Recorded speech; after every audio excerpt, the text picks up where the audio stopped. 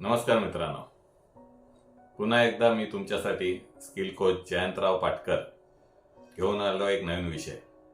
आजचा विषय जरा महत्वाचा आहे, कारण त्यात मार्गदर्शन तर आहेच, पण धीरूभाई अंबानींची एक स्टोरी पण आहे आणि ही स्टोरी तुम्हाला 100% मोटिवेशन देणारी आहे. नोकरी करताना आपल्याला नेहमी प्रश्न पडतो की हा पगार जो आपल्याला मिळतोय तो समाधानकारक नसतो. 100% जेव्हा तुम्ही जो काही पगार मिळवता, सुरुवातीच्या काळात तुम्हाला जो मिळणारा पगार असेल तो समजा 20,000 रुपये असेल, तो जेव्हा 30,000 होईल, 40,000 होईल, 50,000 होईल, तो प्रत्येक वेळेला तुम्हाला भविष्यात जास्त मिळतोय असं वाटत असताना काही दिवसांनी तो कमी मिळतोय असं वाटायला लागेल. यामागचं कारण काय असतं की जेव्हा तुम्हाला 20,000 पगार मिळत असतो तेव्हा तुम्ही जे काम असतं ते करत असता, नवीन असता, शिकत असता आणि हे काम शिकत असताना तुम्ही त्या कामामध्ये तरबेज होत असता. एक्सपिरियन्स तुमचा वाढतो. म्हणजे काय होतं तर एक्सपिरियन्स मध्ये तुम्हाला बऱ्याच वेळा एक मार्ग मिळतो, एक नॉलेज मिळतं की कशा प्रकारे हे काम वेगाने पूर्ण करता येईल, शॉर्टकट मध्ये पूर्ण करता येईल आणि त्याप्रमाणे तुम्ही त्या कामात तरबेज होता. हे काम करत असताना तुम्हाला अनेक इतर कामं शिकायला मिळतात. जसं तुमचं कम्युनिकेशन स्किल डेव्हलप होतं. बॉसशी कसं बोलायचं, ज्युनियर्सशी कसं बोलायचं, कस्टमरशी कसं बोलायचं, वागायचं कसं, कस्टमरला इम्प्रेस कसं करायचं. स्वतःच्या राहणीमानात देखील तुम्ही त्यात बदल होतो. लक्षात घ्या, हे शिक्षण तुम्हाला कॉलेजमध्ये नाही मिळत. तुमचे कपडे लत्ते कसे घालायचे, तुम्ही कशा प्रकारे स्वतःचं प्रेझेंटेशन करायचं, हे तुम्हाला नोकरी करत असताना शिकायला मिळतं. यालाच आपण अप्रेंटिसशिप म्हणत असतो, पण खऱ्या जीवनातली अप्रेंटिसशिप हल्ली नसतेच. हल्ली आपण शिकायला जात नाही, डायरेक्ट नोकरी करायला जातो. हे करत असताना तुम्हाला भविष्यात मिळणारं यश, अनुभव, यातनं तुम्ही भविष्यातल्या जीवनातली वाटचाल करत असता. म्हणून मित्रांनो, महत्वाचं आहे की नोकरी करताना तुमच्याकडे जो विजन असेल तो पैसे कमवण्याचा असला पाहिजे आणि तो पैसे कमवण्याचा असतानाच तुम्हाला स्वतःला त्यातनं काहीतरी शिकण्याची पण उर्मी पाहिजे. धीरूभाई अंबानींची ही कथा म्हणून मी तुम्हाला सांगणार आहे, कारण तुम्हाला जर ही धीरूभाई अंबानींची कथा समजली तर निश्चित तुम्हाला तुमच्या जीवनाचं ध्येय समजेल. येमेनमध्ये असताना धीरूभाई एका पेट्रोल पंपावर काम करत असत आणि त्या पेट्रोल पंपावर ते पेट्रोल भरत असताना ग्राहकांचं काय विजन आहे, ग्राहक वेगवेगळ्या प्रकारचे ग्राहक तिथे कार घेऊन येत होते, त्यांचं अप्रोच, त्यांचं वागणं, त्यांचं राहणीमान याचा अभ्यास करत असत. आणि ते करत असताना हा पेट्रोलचा व्यवसाय, हा जो पेट्रोल पंपावर मिळणारं उत्पन्न आहे हे कसं आहे, किती आहे, याचाही त्यांनी अभ्यास केला. आणि त्यांच्या लक्षात आलं की पेट्रोल पंपावरनं मिळणारं उत्पन्न हे अतिशय चांगलं आहे. हे जर आपण स्वतःचा पेट्रोल पंप टाकला तर आपल्याला त्यातनं अजून उत्पन्न होऊ शकतं.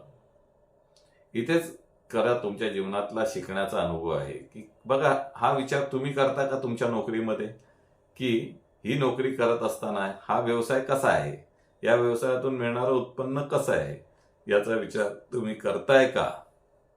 निश्चित उत्तर नाहीये. तुम्ही फक्त तुमच्या कामाकडेच लक्ष देता आणि संध्याकाळी काम संपल्यावर मित्रांना जाऊन टाइमपास करायचा आहे, इतर गोष्टी करायच्या, याच्यावर तुमचा वेळ जातोय.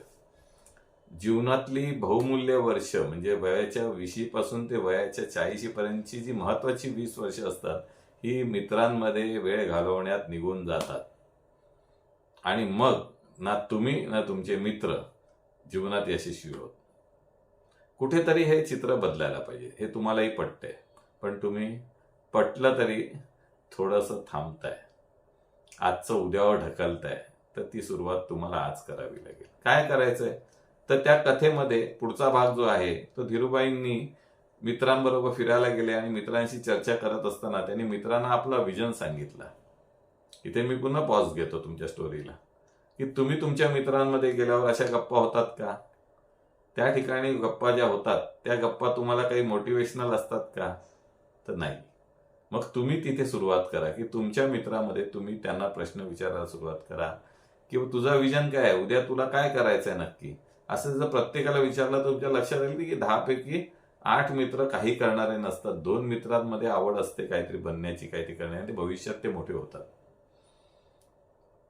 या स्टोरी मधला जो तिसरा पॉज आहे तो असा आहे की तुम्हाला त्यावेळेला धीरूभाई जेव्हा मित्रांना सांगतात तेव्हा ते मित्रांना म्हणतात की या पेट्रोल पंप सारखा एक पेट्रोल पंप मला टाकायची इच्छा आहे.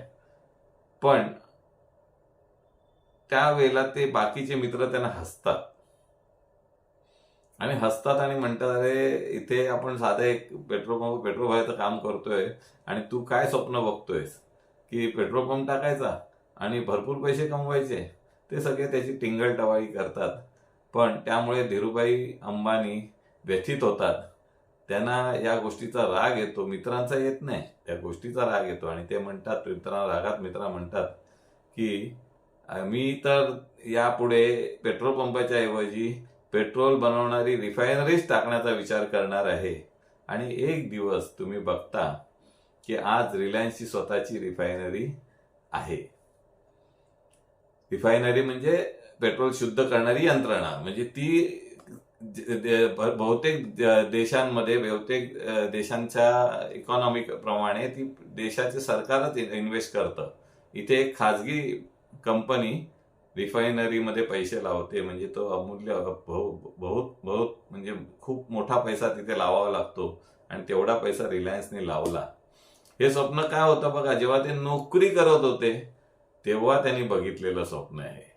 सो तुम्हाला पण छोटं का होईना एक स्वप्न तर बघायला पाहिजे की नाही, आणि ते बघण्याचा तुम्ही प्रयत्न केला पाहिजे कुठल्याही गोष्टीत. आता इलेक्शन होत आहे, इलेक्शन मध्ये तुमचे मित्र उभे असतील तर त्यांच्याबरोबर जा फिरायला, पहा निवडणुका कशा होतात, काय होतात, किती पैसे वाटतात, काय असं आहे, कोणी फसवलं, हे बघू नका, शिका, नवीन गोष्टी शिका की इलेक्शन लढवण्यामागचा कन्सेप्ट काय आहे, त्यामागे तो निवडून आल्यानंतर त्या नगरसेवकाकडे काय काम असणार आहे, तो देशसेवेमध्ये कसा आपला वेळ व्यस्त करतो, ह्या गोष्टी करा ना.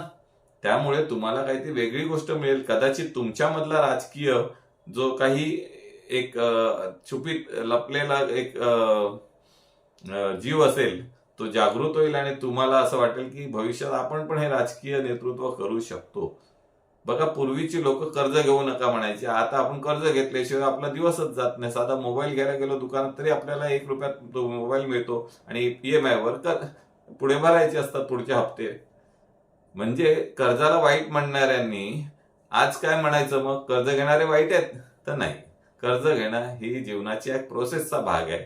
त्यामधून तुम्ही उत्पन्न करता आणि त्यातनं अनेक कंपन्यांना प्रॉफिट होतं आणि ते शेअर होतं इतर सगळ्या एम्प्लॉईज मध्ये, म्हणून रोजगार निर्मिती होते. सो लक्षात घ्या, नोकरी करत असताना तुम्ही धीरूभाईंचा आदर्श घ्या की कशात काय नसताना पण त्यांनी ते स्वप्न बघितलं जे सहसा आपल्यासारखी सामान्य माणसं बघतही नाही. का नाही बघत? तर आपल्याला भीती वाटते कोणीतरी आपल्याला हसेल. कोणीतरी हसेल ना, मग हसण्यासाठी तर त्यांना संधी द्या. म्हणून तुम्ही बोलायला शिका. जेव्हा तुम्ही तुमचा एखादा विजन मित्रांमध्ये बोलाल आणि लोक तुम्हाला हसतील, घरातले तुम्हाला हसतील, नातेवाईक तुम्हाला हसतील, त्यानंतरच तुमच्या आतली जी ज्योत आहे ती पेटेल आणि तिची मशाल होईल. सो ही जी मशाल आहे, हीच मशाल तुम्हाला एक दिवस मोठ्या कंपनीचा मालक बनवेल. त्या कंपनीचा टर्नओव्हर किती असू शकतो, समजा 10 कोटी वर्षाला असेल, तर तुम्ही त्यातले पगारी नोकर जरी स्वतःला बनवलं, अगदी CEO ऑफ दी कंपनी बनवलं, तरी तुमचं महिन्याचं उत्पन्न 5 लाख रुपये पकडतो मी कमीत कमी, तरी तुम्ही खुश असणार आहात. आणि त्या 5 लाखातले 2.5 लाख संपले तरी तुमच्याकडे 2.5 लाख उरणार आहेत, कारण ते मुबलक असणार आहेत. हे कशामुळे शक्य झालं?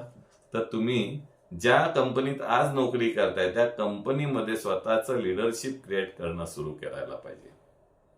सो आज डिसेंबरचा शेवटचा दिवस आहे आणि लवकरच आपण नवीन वर्षात पदार्पण करतोय. मग या नवीन वर्षाचा आपला संकल्प काय असेल? तर या नवीन वर्षाचा आपला संकल्प असेल की मला नोकरीतून पगार नाही मिळवायचा आहे, मला नोकरीतनं जास्तीत जास्त पगार मिळवायचा आहे.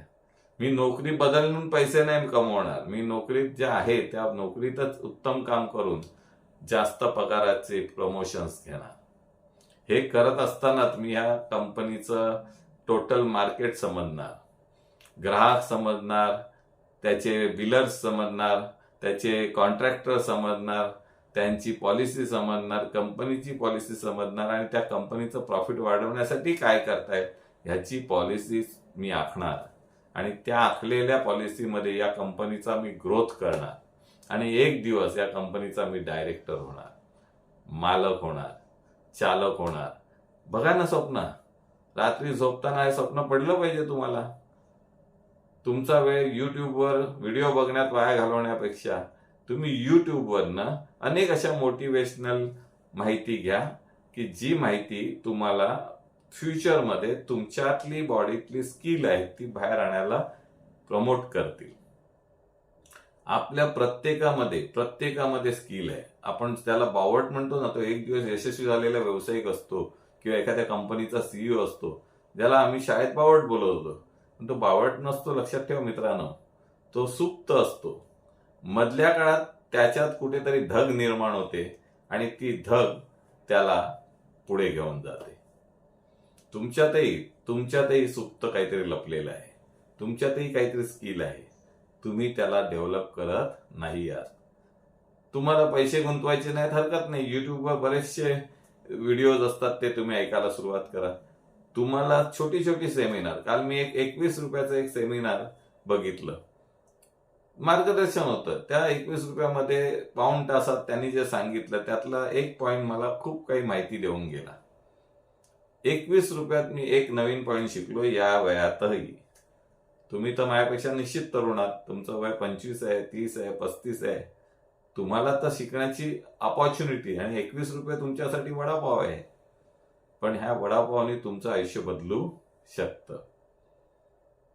तो वडापाव तुमचं पोट बिघडवू शकतो, पण हा वडापाव तुमच्या आयुष्यातला खूप मोठा निर्णय घेण्याची क्षमता तुमच्यात विकसित करेल.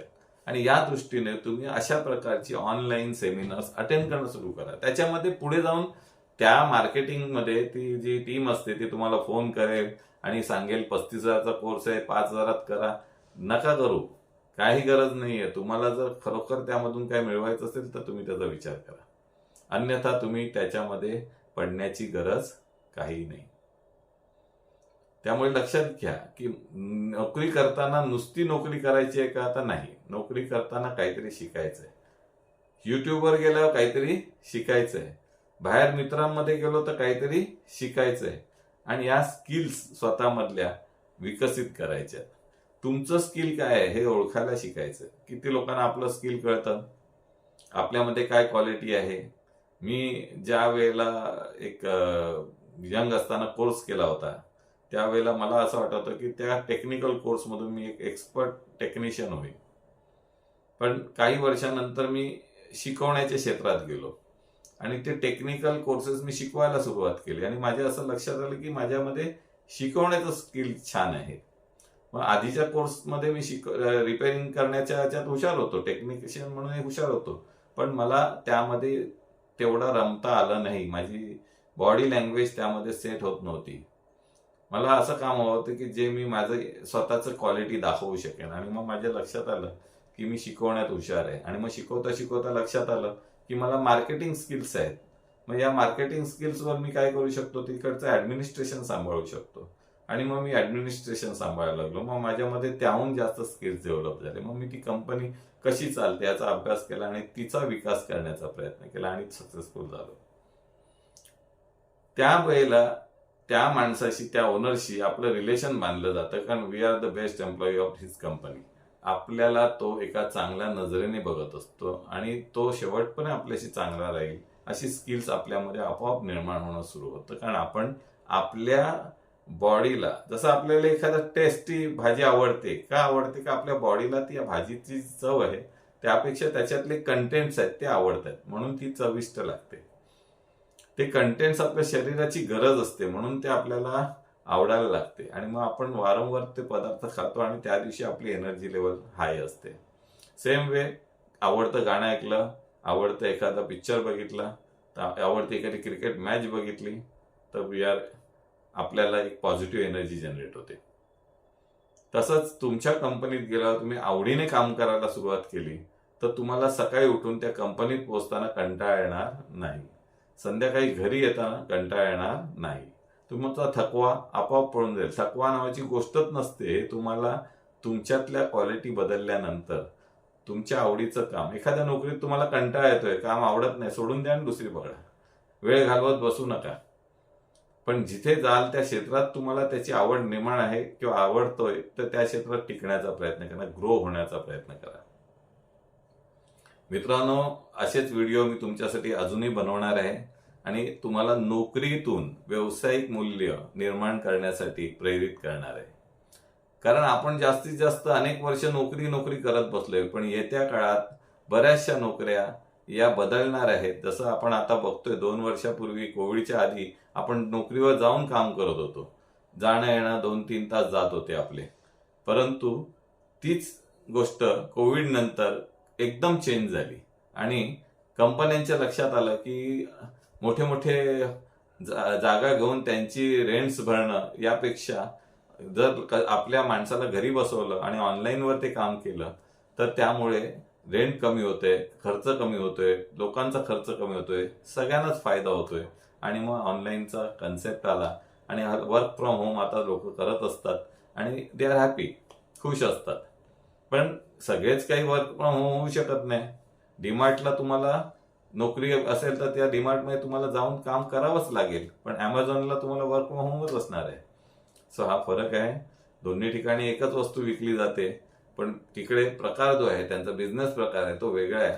तसं तुम्हाला पण आवडणारं काम हे वेगळं असू शकतं. तुम्हाला बाहेर फिरायची आवड असेल तर तुम्ही त्या टाईपचा जॉब पकडला पाहिजे. किती करा, काही करा, तुमचा प्रयत्न जो आहे तो वेगळ्या वेगळ्या गोष्टी शिकण्याकडे निर्माण करा. ऑनलाईन मध्ये बऱ्याचशा स्किल्स हल्ली अतिशय 100 रुपये, 50 रुपये, 25 रुपयांनी मिळतात. त्या सहज म्हणून गुंतवा आणि त्यातनं ज्ञान घेणं सुरू करा. हे ज्ञान कधी ना कधी तुम्हाला MBA सारखं, मास्टर्स इन बिझनेस ऍडमिनिस्ट्रेशन अशाच प्रकारचं काहीतरी बनवेल आणि तुम्ही व्यावसायिक एक्सपर्ट व्हाल. धीरूभाई अंबानी काय खूप MBA कोर्स केलेले होते का? नाही ना. तरी पण त्यांनी हजारो कोटीची कंपनी बनवली ना. सेम वे ज्ञान हे शिकतानाच मिळतं. त्यासाठी कुठला डिग्र्या घ्यायची गरज नसते. पण जर तुम्हाला नोकरीचीच आवड आहे, नोकरीतच पुढे जायचं, नोकरीतून प्रमोशन करायचं असेल तर ते ज्ञान घेणं पण गरजेचं असतं. हा व्हिडिओ जर आवडला तर तुम्ही नक्की लाईक करा, सबस्क्राईब करायला पण सुरुवात करा. कारण यापूर्वी मी कोणालाही आवाहन केलं नाही, आता करतो. कारण जर तुम्हाला हे आवडलं तर सबस्क्राईब केलं तर मला पण लक्षात येईल की जास्तीत जास्त सबस्क्राईब केल्यामुळे तुमचा माझ्या भाषणातला जो माझी आवड आहे ती कळेल आणि मग त्याप्रमाणे मला अजून मोटिवेशनल व्हिडिओ देणं शक्य होणार आहे. नमस्कार, धन्यवाद. पुन्हा एकदा भेटूया. तुमचा स्किल कोच जयंतराव पाटकर.